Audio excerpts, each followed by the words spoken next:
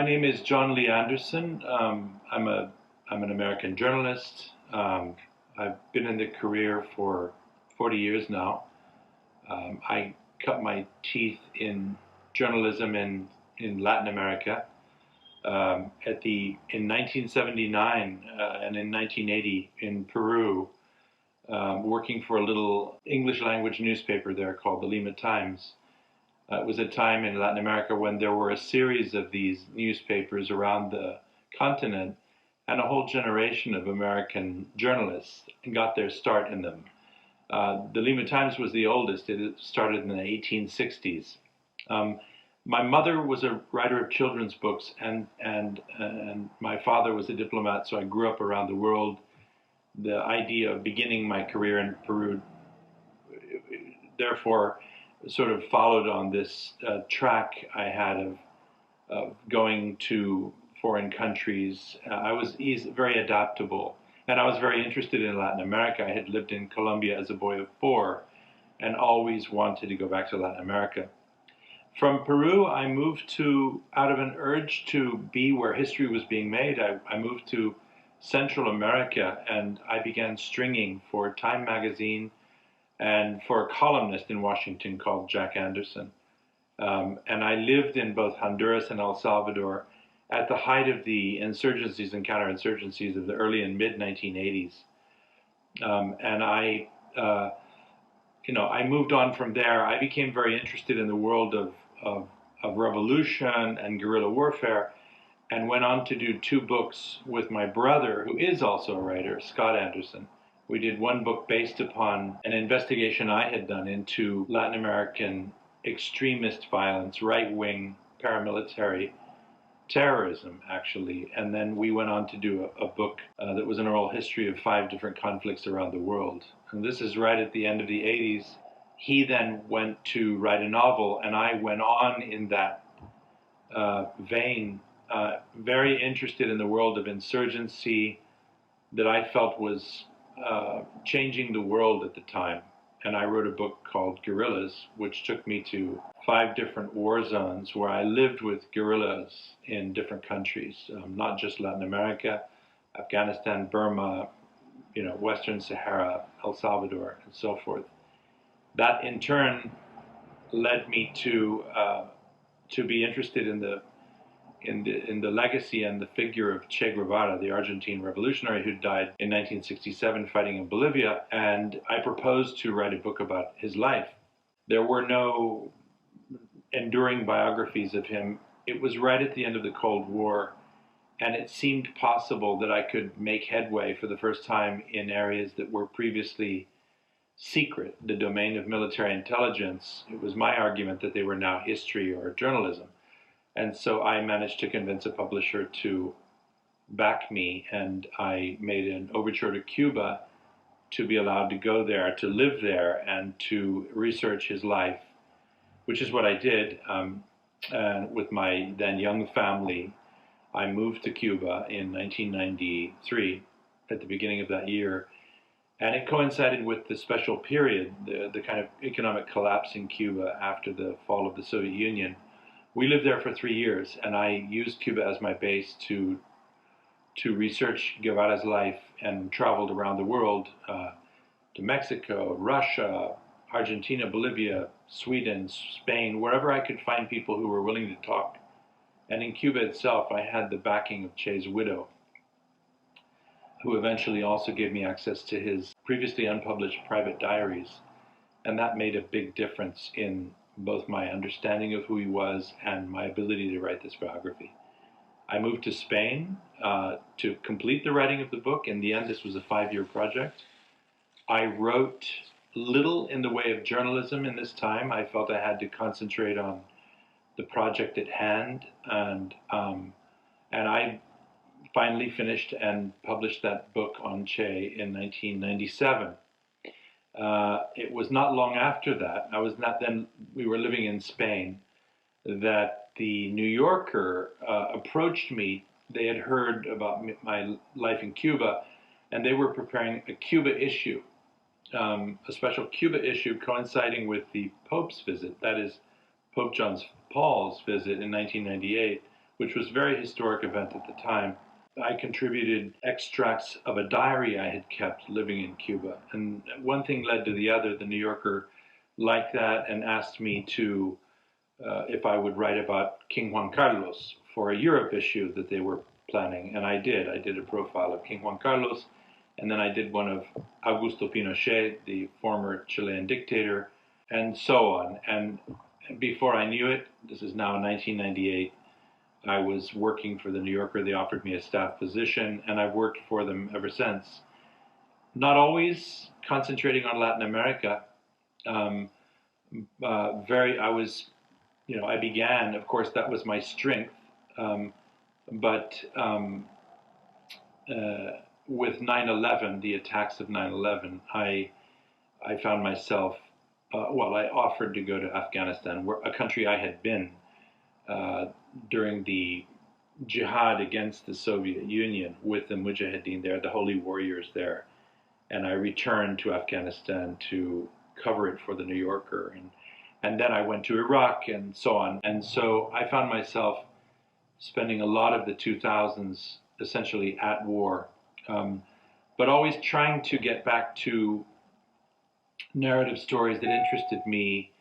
The themes of revolution, political violence, and also the exercise of power have always been elements that have driven my interests.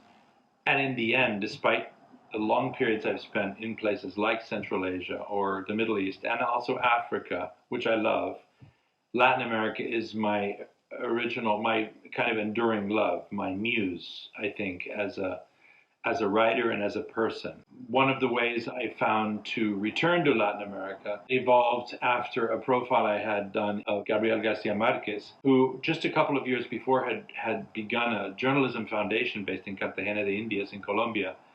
And we became quite friendly in the course of my profile. He was a very generous man, and he had a huge love of journalism. He regarded it as the craft that had allowed him to hone his literary talent and that had given him his launch pad for his career. And he asked me to be un maestro, a teacher at this workshop. It's pro bono. It was sort of once a year. And I began to do that and to go to Cartagena once a year, where the foundation, La Fundación de Nuevo Periodismo, it's now called the Gabo Foundation in honor of him, would collect a dozen or so, sometimes more, young journalists from around the hemisphere, and I would teach them for a week my craft, whether it was profiles or covering war or crónicas. And sometimes it would be in Cartagena, and sometimes it would be elsewhere. Over time, I've given workshops in Buenos Aires, in Rio, in San Jose, Costa Rica, in Mexico, and so forth. And I love doing this, and it was a way for me to kind of tocar tierra, to touch base in Latin America. And as Gabo said, it would build up a network of friends. He called it una mafia genial, but it was this idea of a great fraternity of journalists, both those with more experience and those with less, but nonetheless who would help one another and push forward what he saw as this essential craft and also an essential ingredient in the consolidation of democracy in the region, which I wholeheartedly agree with. And so it's something I've done over all these many years as well. And occasionally I would find a way to do a story about Latin America as well. And there's been periods when I've been able to kind of throw myself wholeheartedly at it. And for the last 6 years, that's exactly what I've done, with one exception, one story in Africa last year. I've almost exclusively been covering Latin America for the New Yorker. And my opportunity to do that came when President Obama and Raul Castro of Cuba declared that they had restored diplomatic relations. To me, this was an extraordinary historic event, and I threw myself wholeheartedly at it, coinciding with the historic peace agreement in Colombia with the FARC guerrillas ending a 50-year war. So those two events allowed me to return to Latin America and to continue to write about it for for the New Yorker, and ever since.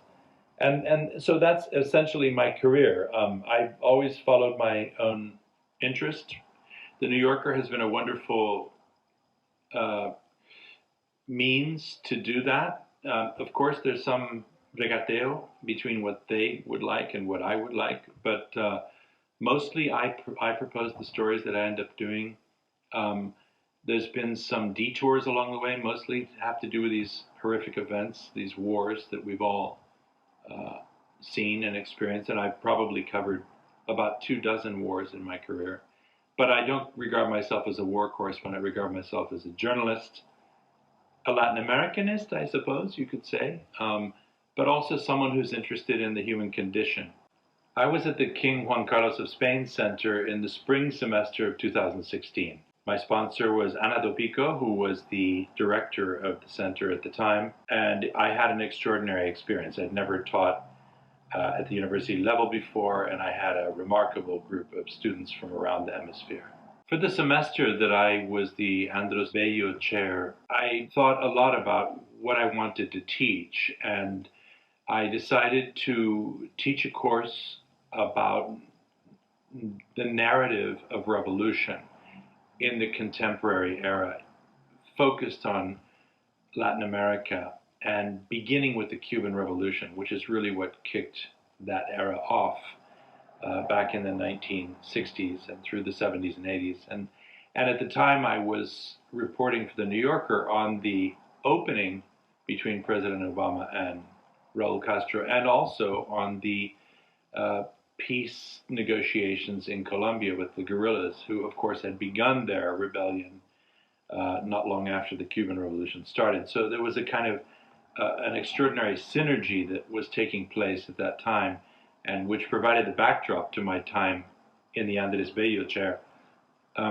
So the course I taught, we came up with the title of Revolution, Power and Reportage, and I chose a syllabus of books, pretty idiosyncratic, over the course of the semester. I believe it was 12 weeks, with about as many students. They were grad students from all over. There were Colombians, was someone from Brazil, Portugal, Chile. It was really a really very impressive group of young people. I chose books and monographs in some cases by people that had provided the narrative, first for the Cuban Revolution and then for the kindred revolutions that saw themselves as revolutionary, whether they were Colombian or Guatemalan or Argentine or Chilean. And in some cases, I included propagandists.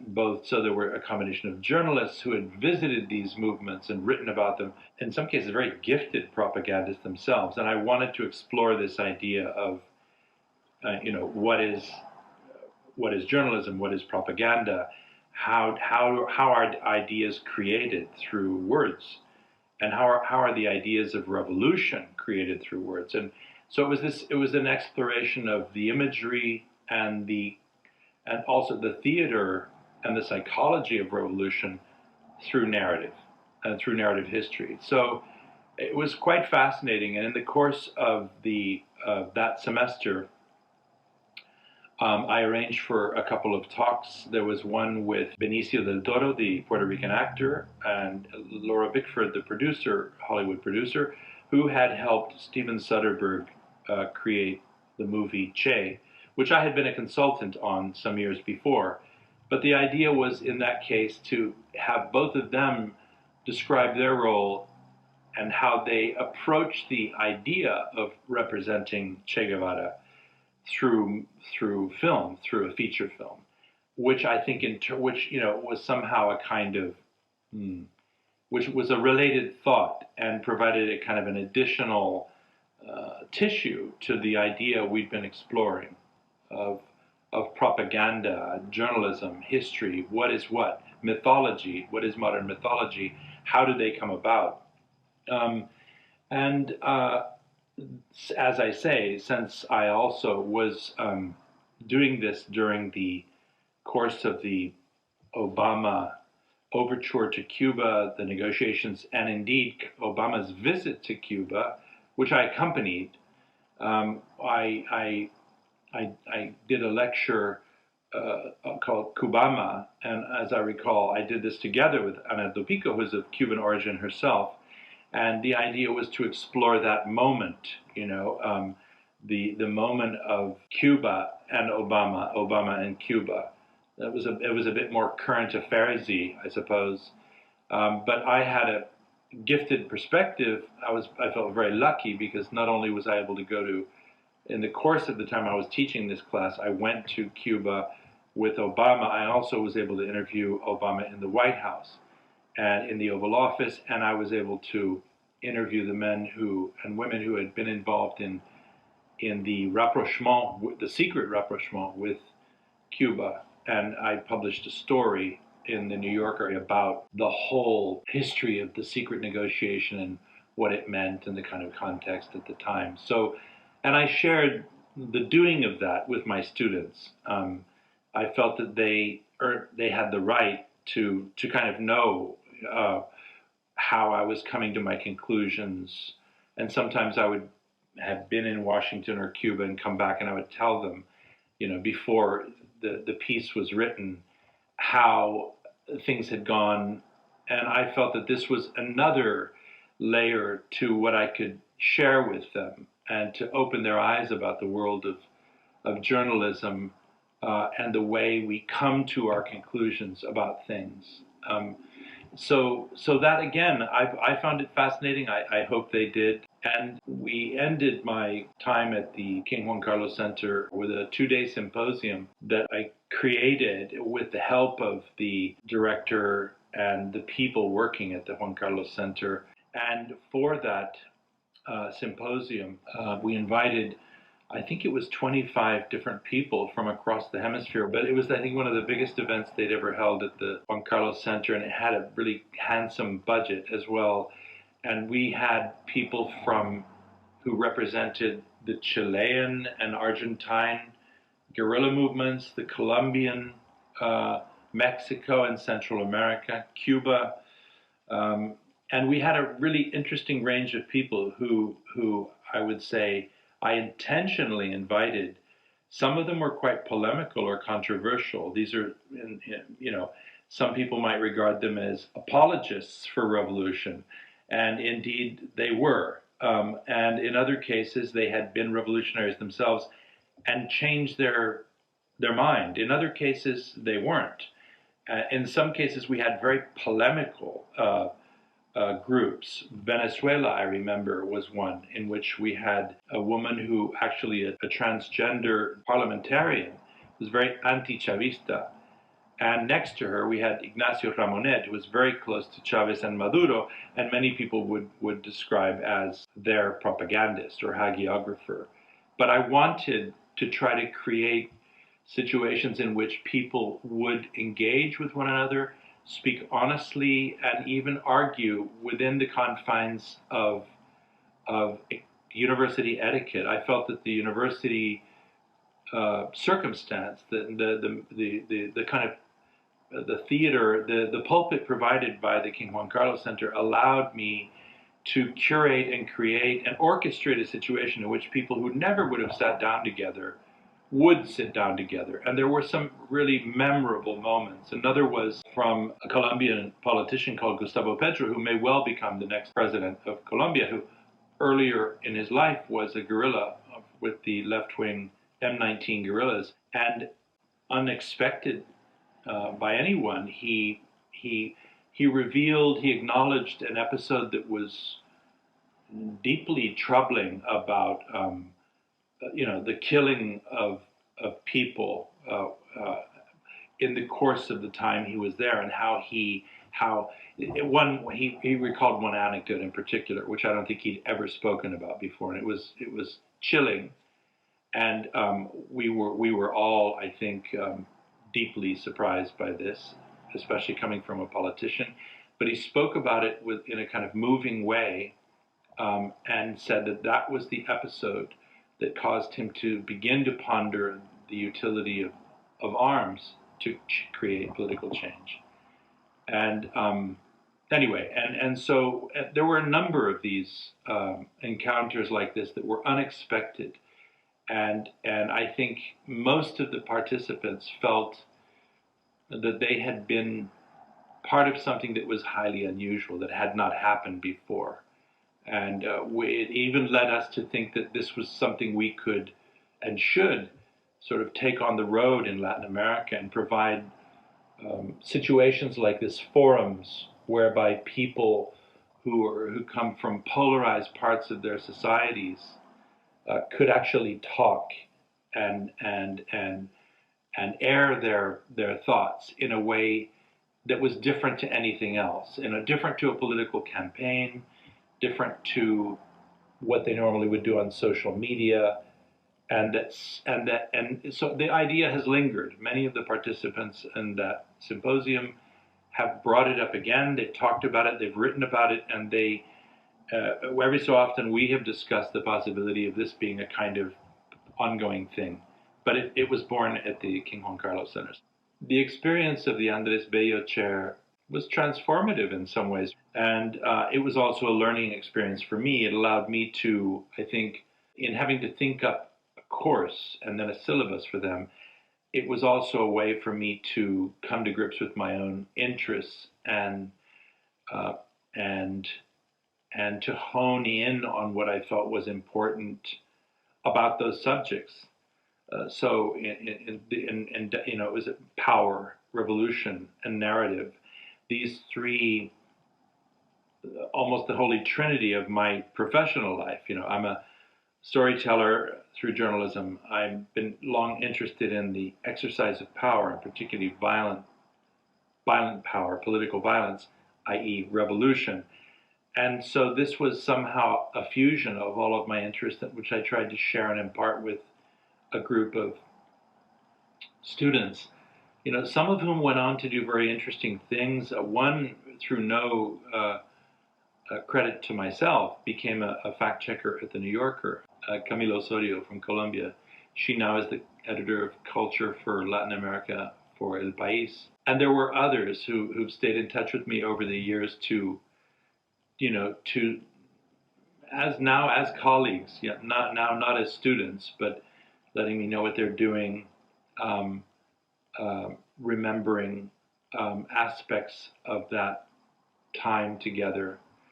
And I would say that for me, it was, transformative in the sense that it allowed me to maybe to stop reporting and to think about what for many is perhaps even ephemeral or transitory realm, this realm of revolution and propaganda and political violence, as something we tend to only look at either as arid history, if we're historians, or if we're journalists, as things that are happening now.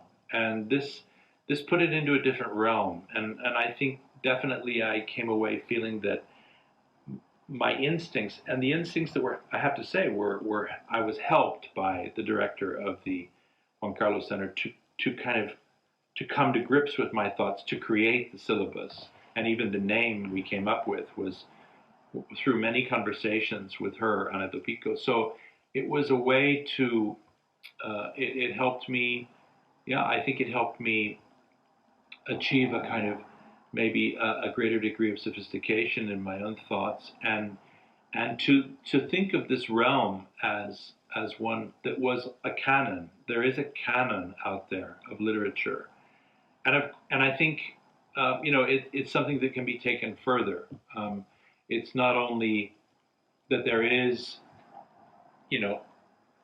obras de revolución or historia cubana or political reportage. There is a canon of narrative of revolution and political violence, which I think needs to be studied more deeply. And beyond Latin America, I mean, we're talking at a time in which the Taliban have retaken power in Afghanistan. There's plenty to study about that and about how people represent themselves That's the big question everybody has right now: is it really a moderate Taliban, or have they changed? Or is what they're saying true? Well, that's exactly the kind of question I was trying to get at in this course I taught at the Juan Carlos Center, which was, how does the narrative of revolution and politics infuse reality? How does it change minds? How does it create and mold perceptions and ultimately become politics? And so for me, this was, it was a wonderful interlude in my life. And I don't know if it'll come again, but it was, I look back on it with great fondness, and I hope that the students that worked with me do as well. I think some do. We'll see what else comes of it in the future. Right now, I'm completing a story for the New Yorker about Honduras, about un narcoestado in Central America. The Biden administration has begun identifying Central America, what it calls the Northern Triangle, as an area of national security interest. So I recently traveled for several months in Salvador, Guatemala, and Honduras to refresh my sense of those places and the issues that are there.